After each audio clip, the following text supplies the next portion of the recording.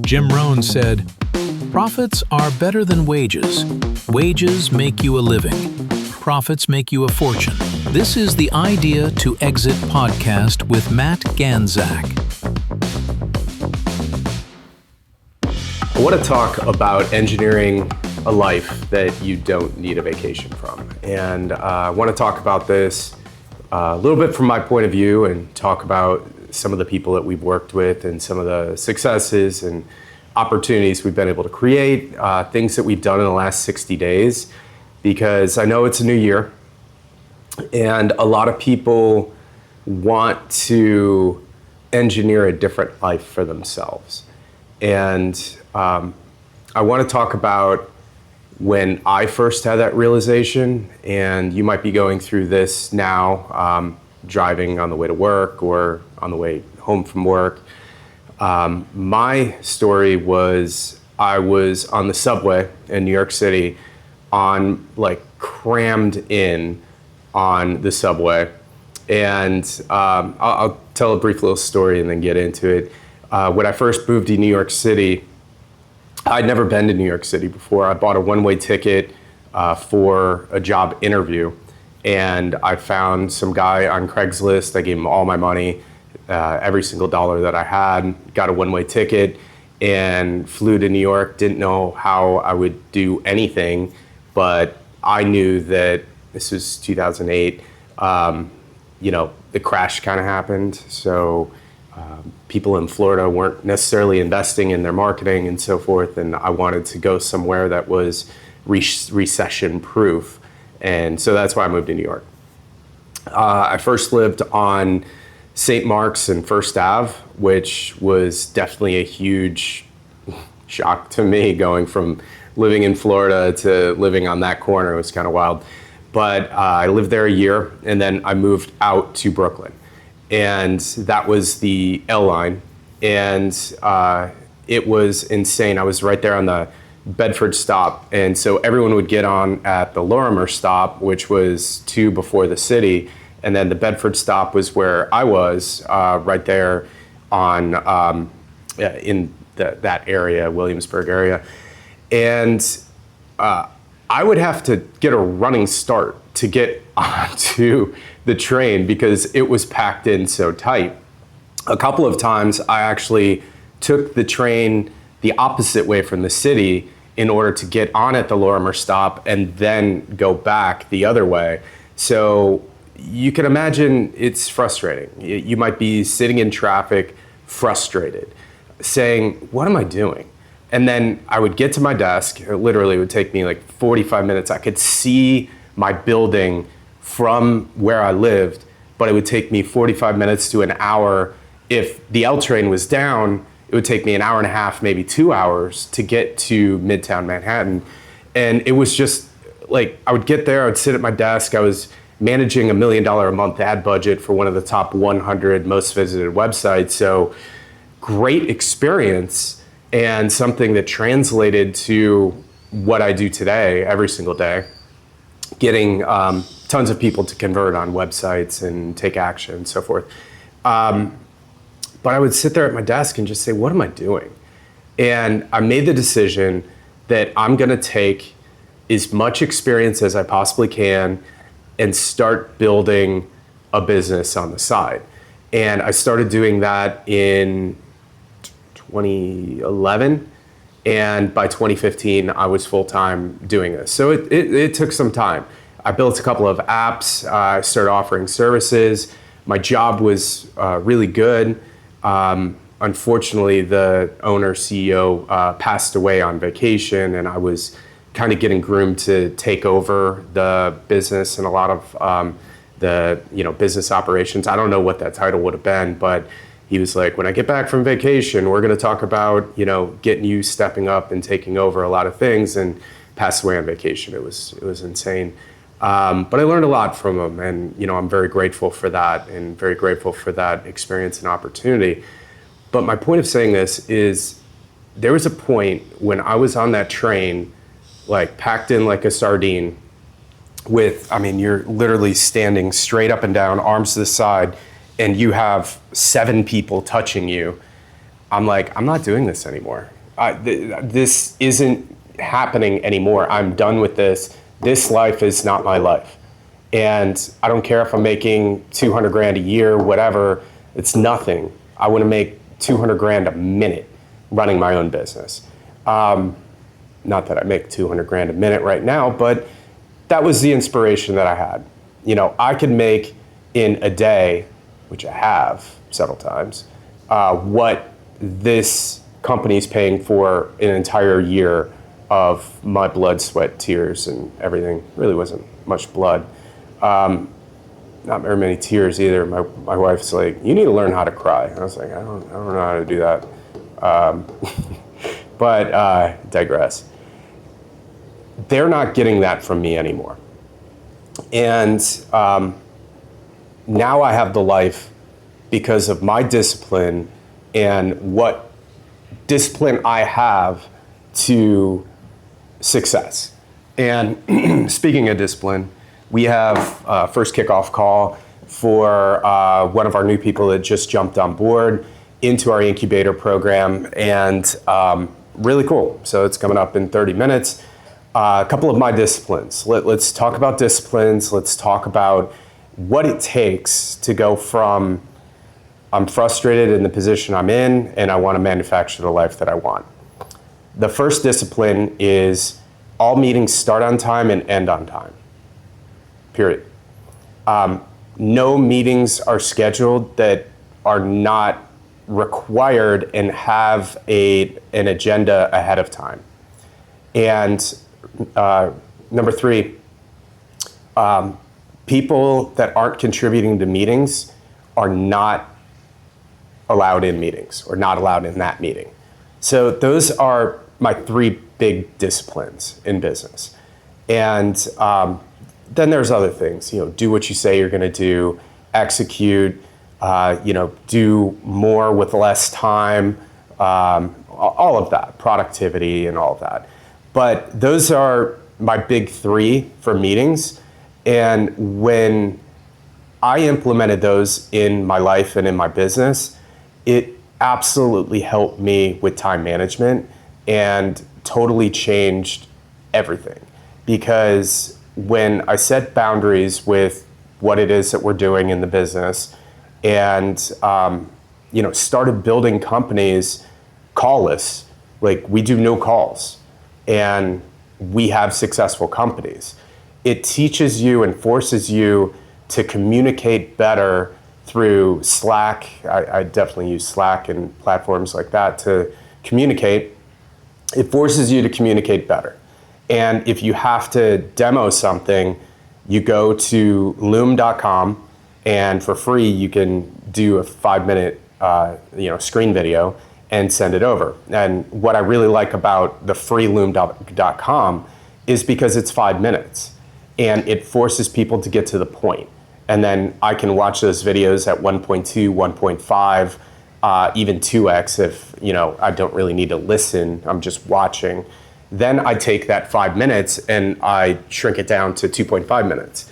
So that was otherwise going to be an hour-long meeting that I then shrunk down to 2.5 minutes so I can do more with less time, which is really important when you're working a full-time job and you're trying to do something on the side.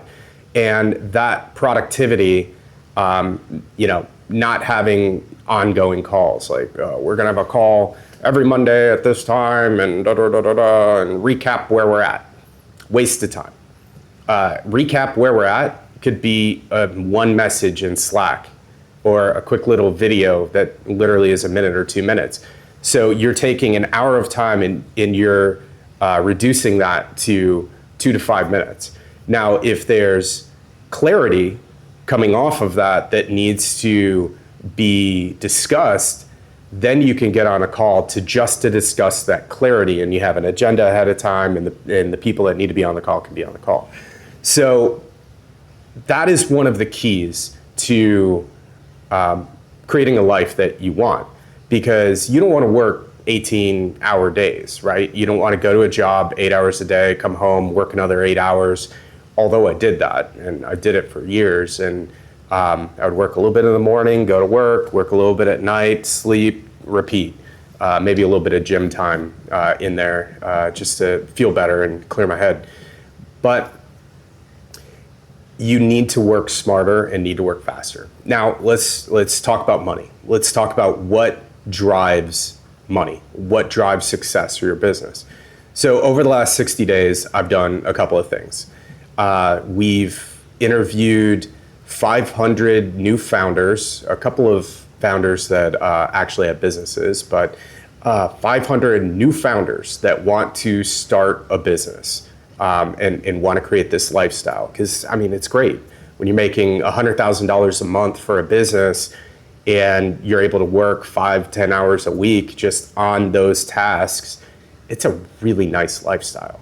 And cash is coming in, cash is flowing, customers are happy, you have customer service people that are helping to support the product and everything. It's a good life. It's 100% a good life to have. And that's the goal, because I do feel that everybody can make $100,000 a month for their business, take some of that towards marketing and operations and professional services and taxes, and live a pretty nice life. 30, 40 grand a month is a pretty nice life. Beyond that is great too. We've had $1 million months, $700,000 day, $250,000 product launches on a day. So that's nice, but you have to build up to that. In order to build up to that, you have to do what we did in the last 60 days. So content, get on your content game, posting to YouTube, Shorts, Reels, TikTok, X, LinkedIn, whatever, every platform, and being consistent about posting. And that's been one of my issues on my personal brand, which is really important as well. You need to have a personal brand. And out of 500 people I talked to, literally no one had a personal brand. And it's one of the most powerful things that you could ever have in your life is a personal brand. Because with the personal brand, you can launch multiple products and people trust and believe your authority and what you do. So having a personal brand is absolutely essential. I absolutely recommend it. Now, on the personal brand side, I've always struggled because I'm also building the content for the other businesses and building the businesses and so forth. And I've made the excuse that I don't take time for my personal brand, but I have to. So I've made that dedication, and it's made a tremendous impact on what we're doing. We have our incubator. We have people coming in through that. So you bring an idea, we scope that idea into exactly how we're going to validate it and get it online, get it built, get it to market, have it make money, grow, scale, whatever. We have our other businesses that we're running. Our hospital software is doing really well. We're expanding that business, expanding our product line. Our restaurant software, we're working on deploying in a franchise with 1,000 restaurants and working on a couple of other franchises to get them on board. So that's massive success. And some of the other projects we're working on, we're knocking down those milestones of what we need to do in order to create success. And it just takes time. It takes time and focus and energy and effort. And one of the things that I really force people into and I help people with is the timing of that. On our hospital software, I had a call with my partner yesterday, and I said, I want to be at $1 million a month in cash collected within the next 15 months. Oh, wow. Do you really think we can do that? I was like, yeah, let's do it in 12 months. And all right, what do we need to do it? And then you reverse engineer exactly what it would take to do that. Like, what are your KPIs? Like, how many demos do you need to do per day? How many people are coming in? What do you have? Like, you just have to go through the flow and then set out the month of each one of those KPIs, key performance indicators. Set those out as your milestones. And if you don't achieve them, then you have to tweak what it is that you're doing in order to achieve that. So that business, demo calls, conversion to trial, and then paying users. So that's that workflow. But my point of bringing that up is we are bringing online a coaching opportunity, a mentoring program, because if you want us to do the work for you, it can have a cost, but I want to do mentoring that every single person that is trying to start a business can benefit from. And so I'm dedicated to that. So I'm going to keep putting out helpful content. And then if you want the mentoring program, you'll be able to sign up, or you can literally sign up right now, mattganzak.com.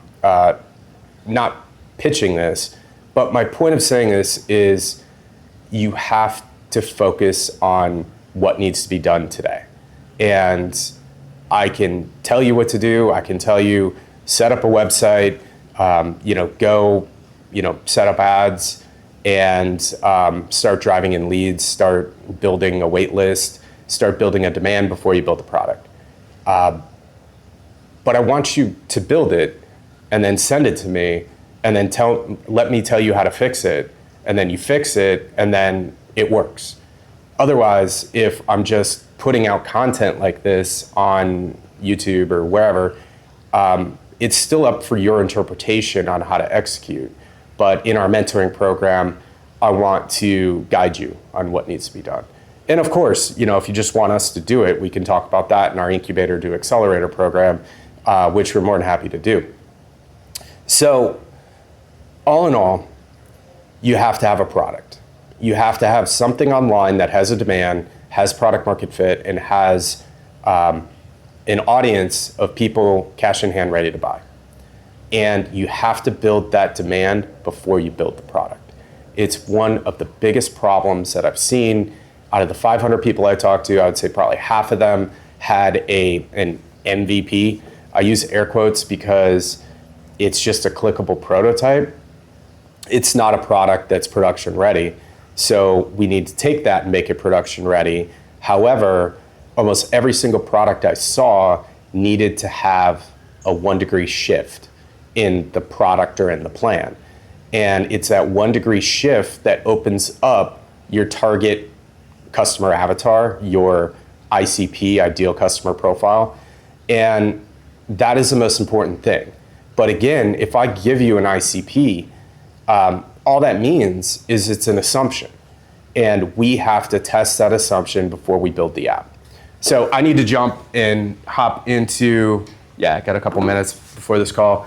And that's exactly what I'm talking about with this guy on the call. So he brought forward an idea and I poked holes in his ICP and he said, I need your help and I need you to do this and just do it for me. And I was like, all right, great. Let's get into the incubator program and let's get to work. So what does it look like in that case? We're going to talk about it on the kickoff call, solidify what our assumptions are, agree upon those assumptions. This is our customer. This is our core message on what we're delivering. And then my team and I are going to have a website online within, 2 days, 3 days, and a full follow-up system, full content, everything, social media accounts set up, ads accounts set up, and we're going to start driving traffic. We're going to drive traffic to an offer and see what our cost of acquisition is, and we'll know that this week, next week. We'll have that answer. And then we can start interviewing them, get them to fill out a survey and what it is that they're looking for and explain we want to survey you before we build this app for you. And if you answer this survey, we'll give you a month free of the app when it goes live or, whatever the offer is, create a irresistible offer. And then they let us know and then we build it based upon what people say. And it's not hard to do, but it's the most overlooked step that 500 people made when they were going to Replit or Lovable or Bolt or one of those vibe coding platforms and just starting to build an app, which is definitely one of the problems that I'm seeing today. AI is just telling you, oh, that's a great idea. Just go to Replit. Would you like a prompt on how to build that on Replit? Yeah. All right. So you plug it into Replit, and then you're like, all right, now I have a business. Now I have an app. How am I going to sell it? It's the wrong message. It's the wrong features. It's the wrong targeting. It's the wrong ICP. I mean, maybe you tripped and fell over all of that, but there's 7, 8 different criteria that you need to consider. And if you don't validate those 7, 8, 9, 10, however many criteria before you build it, you're building the wrong thing. So yeah, like 250 people built the wrong thing, focused on the wrong thing. And then they think, oh, all I need is a marketing company to come online. And then, they'll help me get customers. Hire one agency, they get no customers. Hire a second agency, they get no customers. Hire a third agency, they get no customers. Oh, maybe nobody wants this product and I'm gonna quit this. And you just turn off the app and take down the servers and that's it, you quit. It's 99% of businesses. 99% of software businesses go through that flow. The 1% go through validating first, building a wait list, and then launching to that wait list when the product is built, and you only build the features of which you need to build. So yeah, that's what I'm doing. Hopping on that call. We're gonna get that done. The mentoring program, it's open. You can jump on board, mattganzak.com. And yeah, we'll keep doing this. We'll keep doing, how do you like leave me a comment. How do you like the view? Manufacturer life you don't need a vacation from. I'm probably gonna take all my calls sitting out here. This is my outdoor bar area. I'll just take all my calls from here today. And that's the type of life I wanted when I was stuck in that subway with 8 weird mouth breathers around me. I was like, this is what I visualized as I was sitting there, standing there. And I mean, I couldn't move. This is what I visualized. So I want you to visualize where you need to be in 12 months, and then let's manufacture and engineer that life in order to do that and achieve that within the next 12 months. All right, let's get to work. See you on the next one.